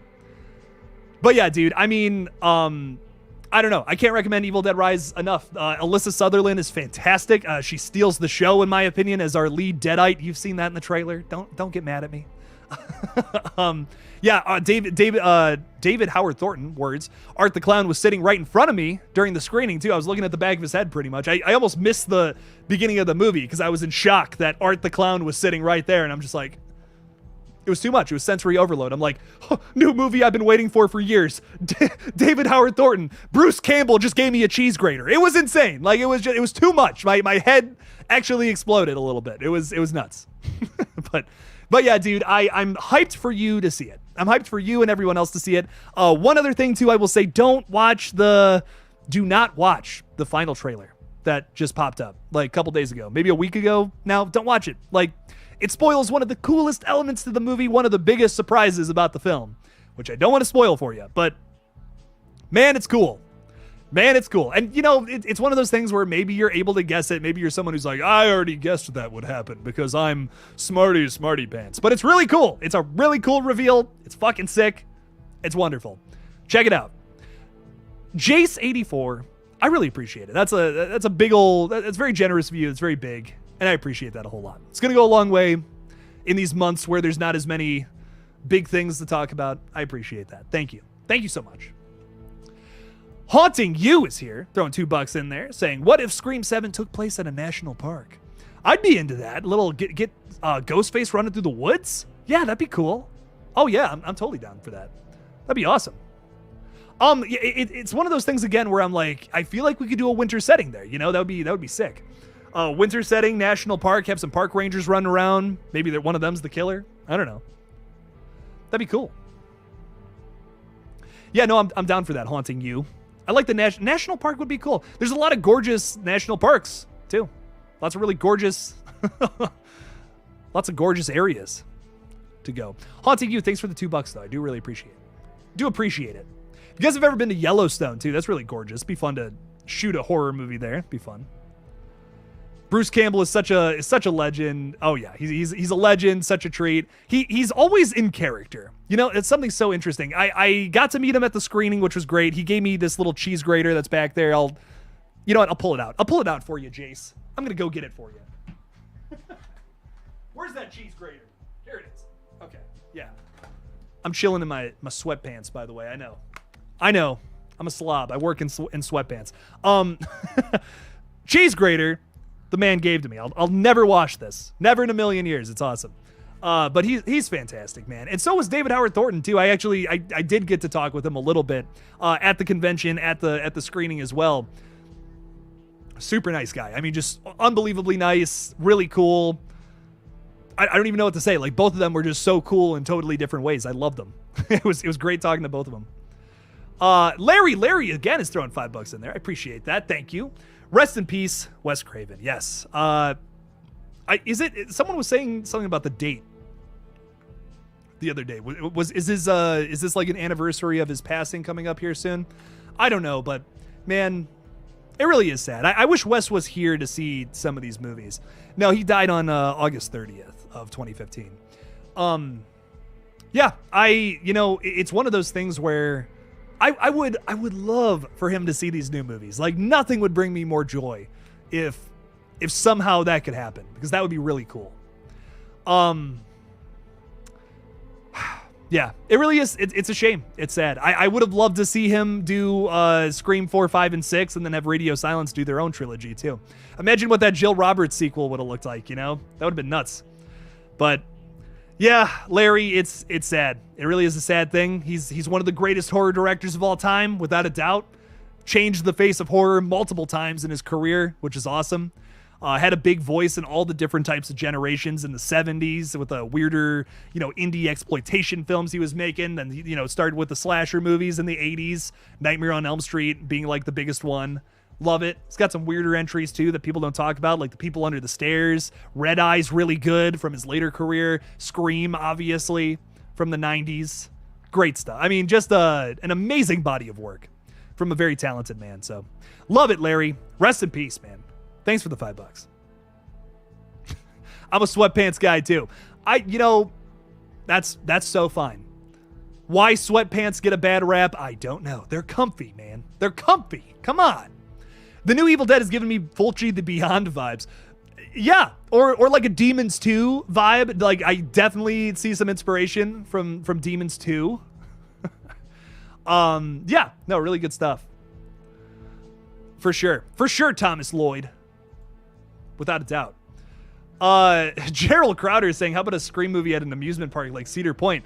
I was just at Cedar Point the other day for a really weird random reason. I had to drive all the way out there. Right in your backyard. Yeah, pretty much. It's an hour from my place. Crazy. Cedar Point's awesome if you've never been there. I think they're the dragster, the dragster. The Top Thrill dragster is officially closed, which makes me sad. That was like my favorite ride. It's like 120 miles an hour. It was awesome. But good, fun place. Very fun place. Still a lot of good stuff there. We were talking about Evil Dead Rise and the trailer just popped up on my TV. No way. Oh, shit. Don't watch it. Go into it blind. Go into it as blind as you possibly can because, man, dude, Evil Dead Rise is so good. Oh, man. And, I was talking about this in my non-spoiler review, too. But, like, that scene you've all seen in the trailer now where it's the mom and she's like, open up now. Like, that is just as scary in the movie. And like the trailers did not ruin that for me at all. Every time they showcase something in a trailer where it's like, oh, this is the big scary moment from the movie, usually it doesn't hit as hard. Like it's like when you put jump scares in your trailer, they just don't hit. Like the Black Phone. The whole time I'm watching the Black Phone, I'm like, that was a really good jump scare, but I've already seen it. It's like that would have been awesome if I had seen that in context for the first time. But they put every single jump scare in the trailer, and it was like, oh man, all these would have hit if it wasn't for those trailers, man. It's a shame. So it's kind of, I don't feel that way about Evil Dead Rise. It's not like that scene is just so effective. Man, I don't know. RJ is saying Evil Dead Rise Rotten Tomatoes score 96%. That's nuts. Well deserved. Like, it's a 10 out of 10 for me, personally. I really liked it. Really good movie. Ghoulies 2 at an amusement park. Yeah. Ghoulies 2.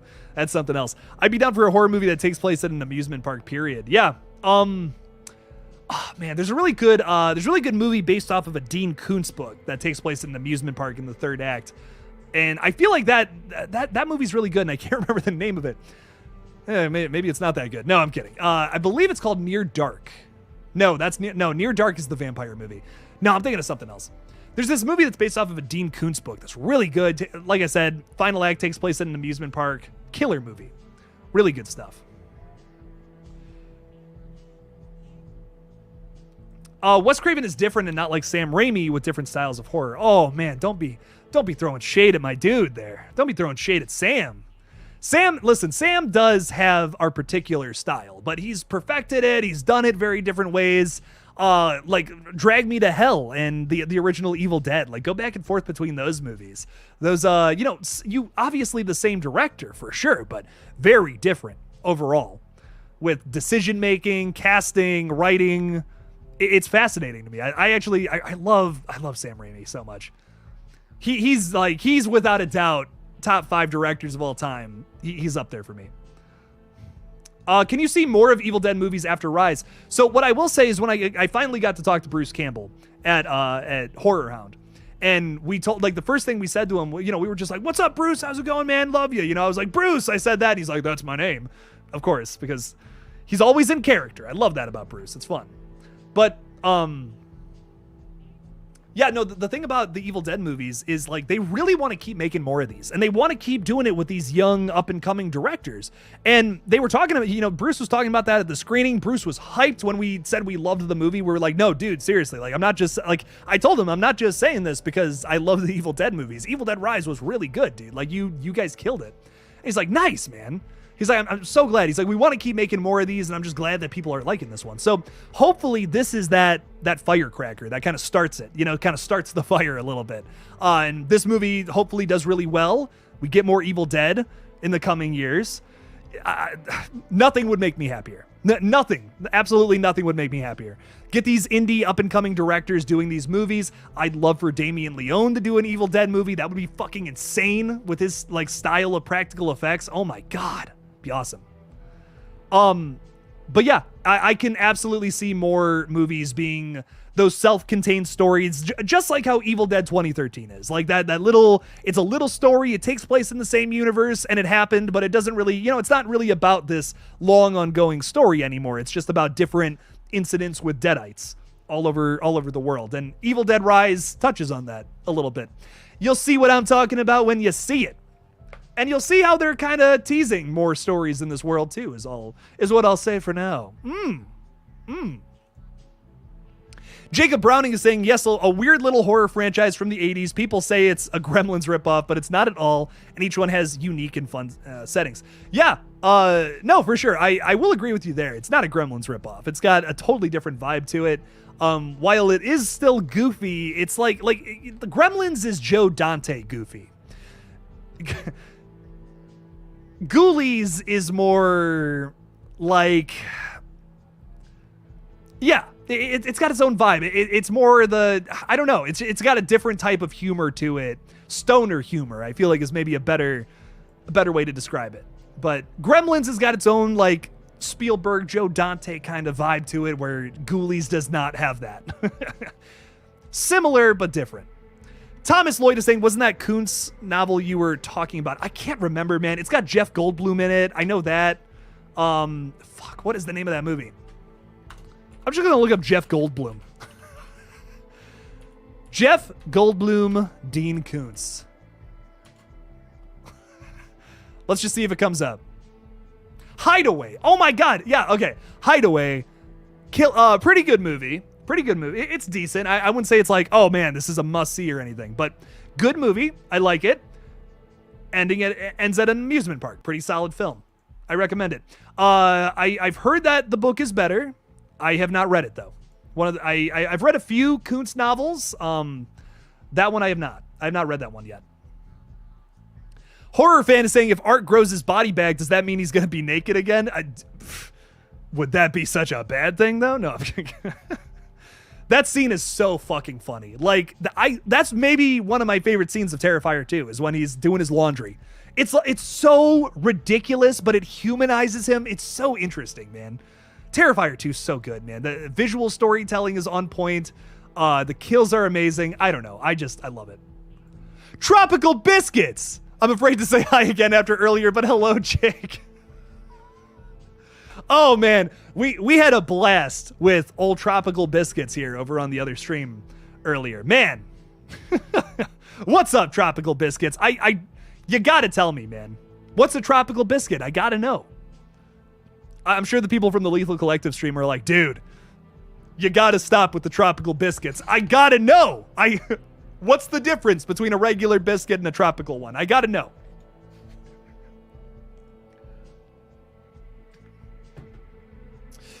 Oh, man. Feeling the freshness of that cool water. Wonderful. Oh, man. All right. Well, what else are we talking about?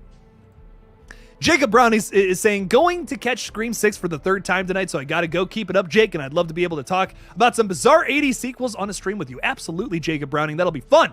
Hope you enjoy it and for the third time. Thanks for hanging out with us tonight. I appreciate it. Thank you. Thanks for being here. What else are we talking about, though? Legion is here. What's up, Legion? Thanks for being a Killjoy call member, saying, I always thought Art having, like, Wolverine regeneration powers, like a Deadpool Wolverine thing going on. That would be awesome. It'd be kind of funny to see him running around with a little tiny body, too. That'd be kind of funny.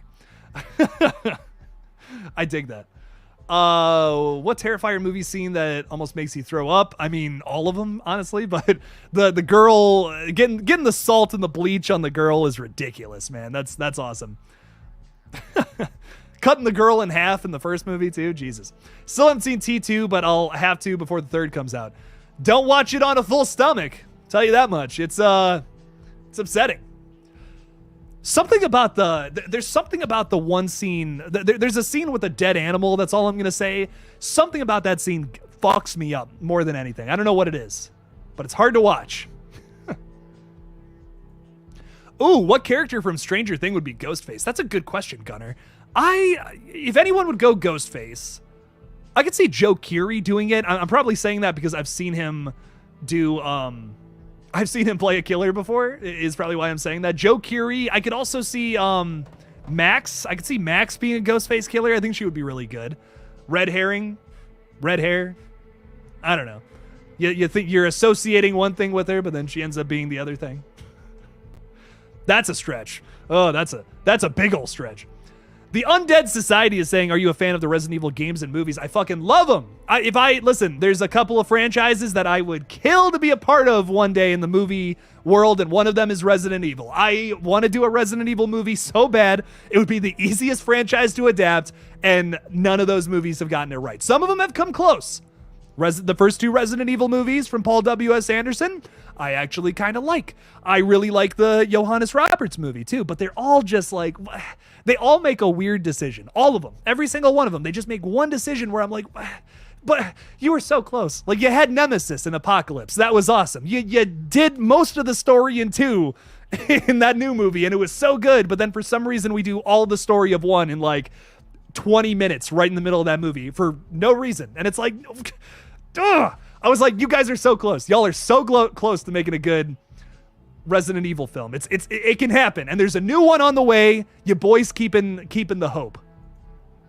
Keeping the hope alive. Everybody from the Lethal Collective stream who has moved over to my stream now, we have finally gotten an answer to Tropical Biscuits. The answers have been uncovered, everyone. This is a big reveal right here. Tropical, because you live in Miami. Very nice. I was just down there in January. It's gorgeous. And also saying Biscuits, a nickname from my mom. Oh, well, that's so wonderful and sweet. I'm so sorry that I urged that personal story out of you. I hope I'm not embarrassing you right now, but Tropical Biscuits, I really appreciating that. And thank you for humoring my idiocy.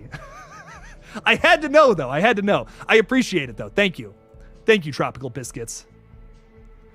Resident Evil Apocalypse is an absolute gem. Am I right? Am I right? Sarah, you're dead on. You're dead on. Noah Atkinson is saying, wish Scream 6 can make 200 million worldwide. That's not even unlikely anymore. That is absolutely within the realm of possibility. It could happen. You never know. Eviana McNeil. That's a really cool name. I really like that. I'm here. Well, welcome, Eviana. I hope I'm pronouncing that correctly. Welcome, Eviana McNeil. I'm going to keep trying and maybe I'll get it right. No, but welcome to the stream. Legion is excited for Maxine. I watched both X and Pearl last night. I might watch those again tonight too. I'm kidding, Sarah. I'll watch Frailty. I'm talking directly to you, Sarah. I'm kidding. First up, Frailty. It's on Hulu and HBO Max. I'm right. I wrote it down and I'm circling it. I'm circling it 100 times. There we go.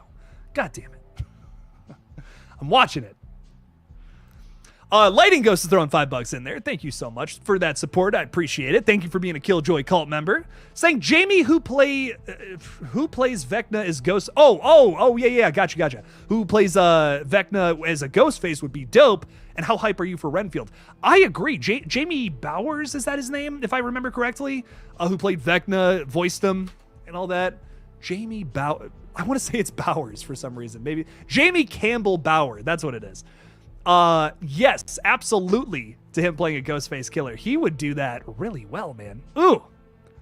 He's got like a certain look to him. You know how like Bonnie Aarons has like a certain look where it's like, oh man, it's got some creepy potential here. Jamie Bowers has that too. And that's not supposed to be like a diss in any way. Like it's a talent. It's a rare thing. I love that.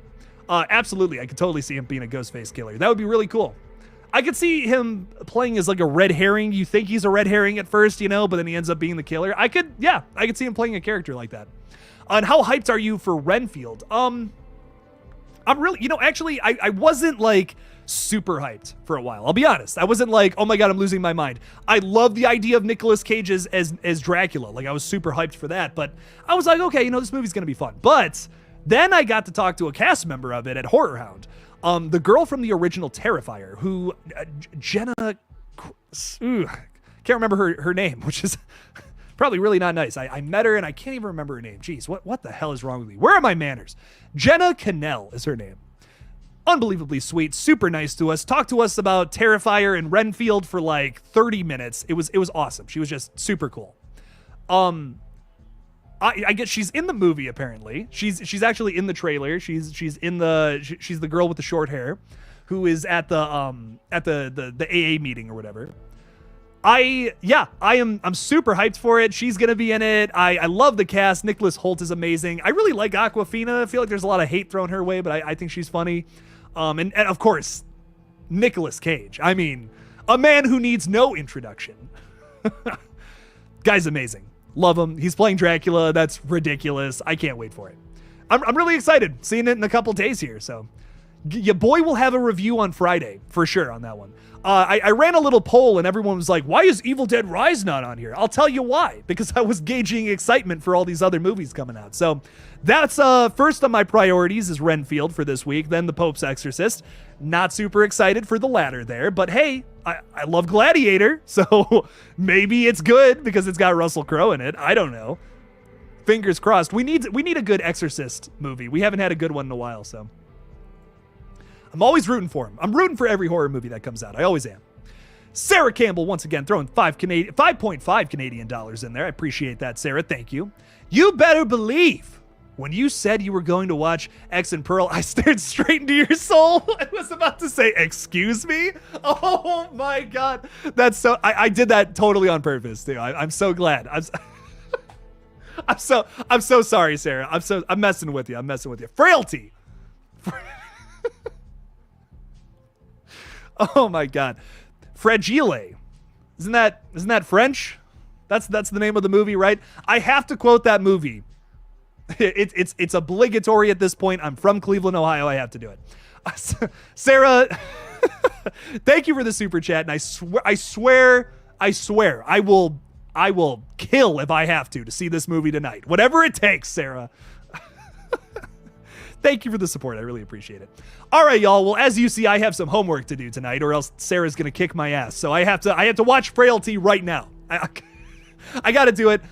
Thank you all for hanging out with me on this stream tonight, though. This has been an absolute blast. You guys are always fantastic. Thanks for hanging out with me on these crazy Monday or Friday nights. Thanks for hanging out. Seriously, it means a lot. I would be all by my lonesome, just screaming horror movie ideas at myself in a mirror, and it would be really, really sad. So I appreciate it. Thanks for hanging out with me tonight. Love y'all. New video tomorrow. 2 new videos tomorrow, actually. Get wrecked.